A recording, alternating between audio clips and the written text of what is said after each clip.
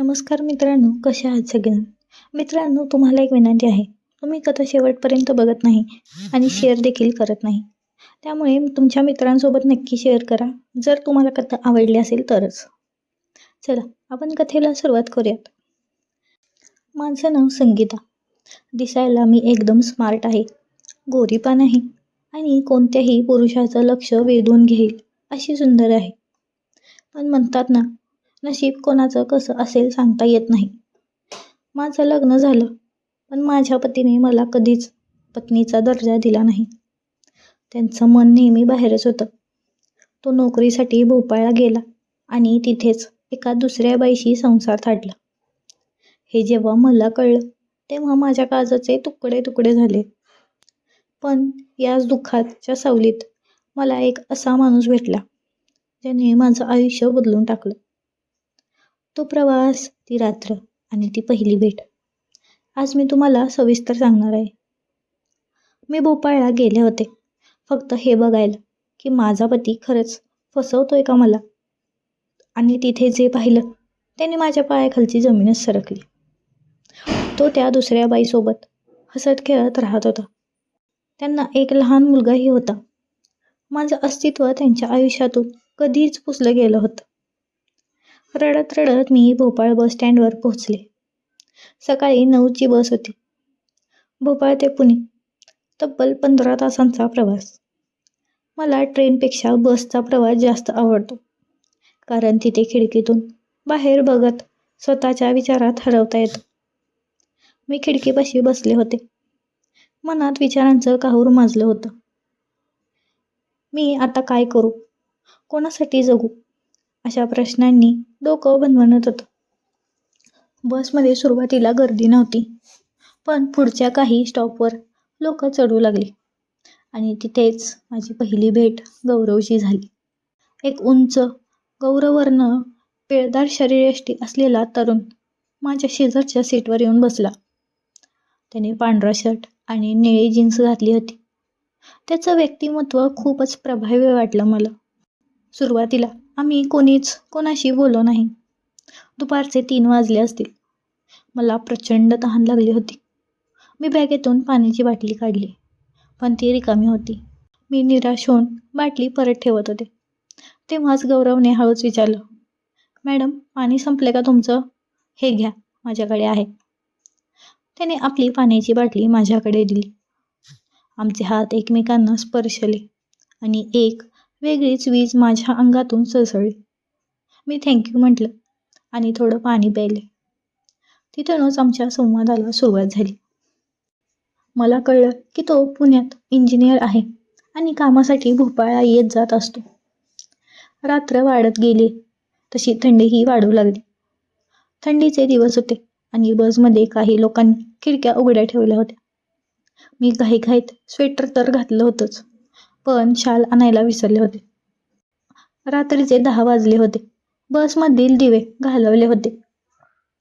मी थंडीने अक्षरशः कुडकुडत होते. गौरवने हे पाहिलं. त्याने आपल्या बॅगेतून एक मोठी उबदार शाल काढली आणि स्वतःवर घेतली.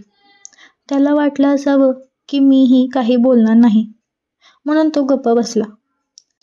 पण रात्री 11 वाजता जेव्हा बस एका ढाब्यावर थांबली, तेव्हा आम्ही दोघंही खाली उतरलो. चहा पिताना त्याने विचारलं, संगीता, तुम्हाला खूप थंडी वाजते का? मी लाजतच हो म्हटलं. पुन्हा बसमध्ये बसल्यावर त्याने त्याची शाल माझ्याकडे दिली.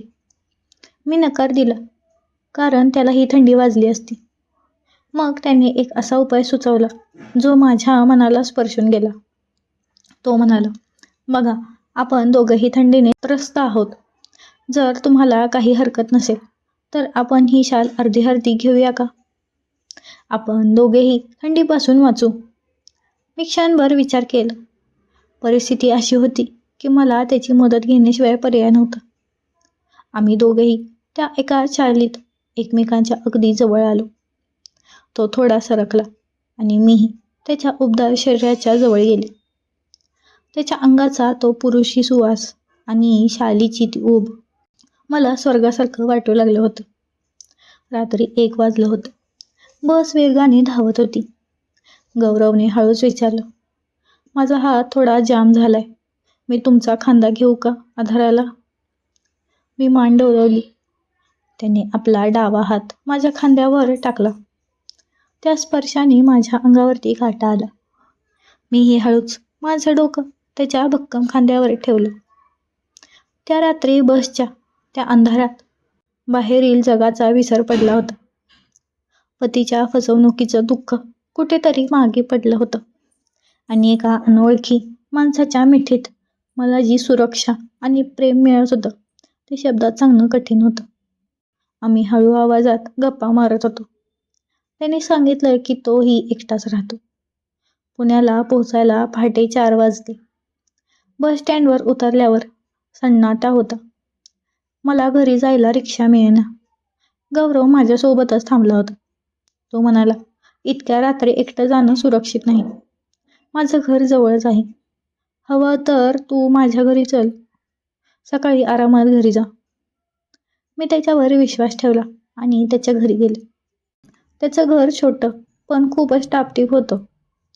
त्याने मला बेडवर झोपायला सांगितलं आणि स्वतः सोफ्यावरती झोपला. सकाळी 9 वाजता जेव्हा माझे डोळे उघडले तेव्हा गौरव घर साफ करत होता. त्याने फक्त बनियान घातली होती. त्याचं ते पिळदार शरीर आणि कसरतीमुळे आलेला तो पिळ बघून मी काही क्षण त्याच्याकडे बघतच राहिले. त्याने विचारलं, संगीता, चहा की कॉफी? मी चहा निवडला. त्याने इतका अप्रतिम चहा बनवला होता की माझं मन प्रसन्नच झालं. मी तिथून निघताना आम्ही एकमेकांचे नंबर घेतले. जाताना मी त्याला म्हटलं, गौरवजी, पुन्हा भेटूया नक्की. 2 दिवसांनी मी त्याला भेटायला एका गार्डनमध्ये बोलवलं. मी खूप सुंदर साडी नेसली होती. केसात गजरा माळला होता. गौरव जेव्हा तिथे आला तेव्हा तो मला बघून थक्कच झाला. आम्ही खूप गप्पा मारल्या. मी माझ्या आयुष्यातील सर्व दुःख सांगितलं. माझ्या पतीने मला कसं फसवलं हे सांगताना माझ्या डोळ्यात पाणी आलं. त्याने माझा हात हातात घेतला आणि म्हणाला, संगीता, जो तुझी किंमत ओळखत नाही त्याच्यासाठी रडू नकोस. त्या दिवशी मी त्याला माझ्या घरी जेवायला बोलवलं. संध्याकाळी 7 वाजता तो आला. जेवण झाल्यावर आम्ही सोफ्यावरती बसलो होतो.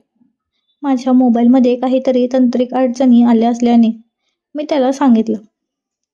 तो माझा मोबाईल नीट करण्यासाठी माझ्या अगदी जवळ येऊन बसला होता. आम्ही इतके जवळ होतो की आमचे खांदे एकमेकांना घासले जात होते. तो मोबाईल नीट करत होता आणि माझं लक्ष त्याच्या चेहऱ्याकडे होतं. अचानक त्याने माझ्याकडे पाहिलं. आमच्या नजरा एकमेकांना भिडल्या. त्या क्षणी शांतता पसरली होती. फक्त आमच्या श्वासांचा आवाज येत होता.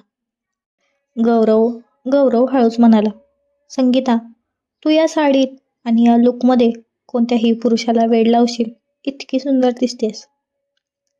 मी लाजून मान खाली घातली. त्याने हळूच माझा चेहरा वर उचलला. त्याचे ओठ माझ्या ओठांच्या जवळ आले. त्या एका क्षणी आम्ही दोघेही जगाला विसरलो होतो. कित्येक वर्षांची माझी भूक, ते प्रेम आणि तो स्पर्श मला गौरवच्या रूपात मिळत होता. तो क्षण खूपच रोमॅन्टिक आणि मसालेदार होता.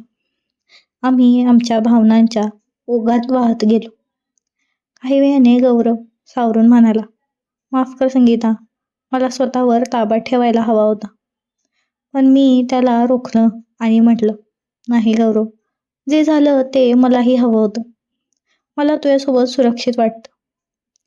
त्या रात्री त्याने मला एक असा प्रश्न विचारला ज्याची मला अपेक्षा नव्हती. तो म्हणाला, संगीता, तुला माहिती आहे, मला उद्या सुट्टी आहे. तू माझ्या घरी येतेस का? आपण निवांत वेळ घालूया, गप्पा मारूया. हवं तर तू रात्री इथेच थांबू शकतेस. माझ्या मनात विचार सुरू झाले. हे नातं आता फक्त आकर्षापुरतंच राहिलं नव्हतं. मला गौरवमध्ये माझ्या जीवनसाथी दिसत होता. मला त्याला विचारायचं होतं की तू माझ्याशी लग्न करशील का?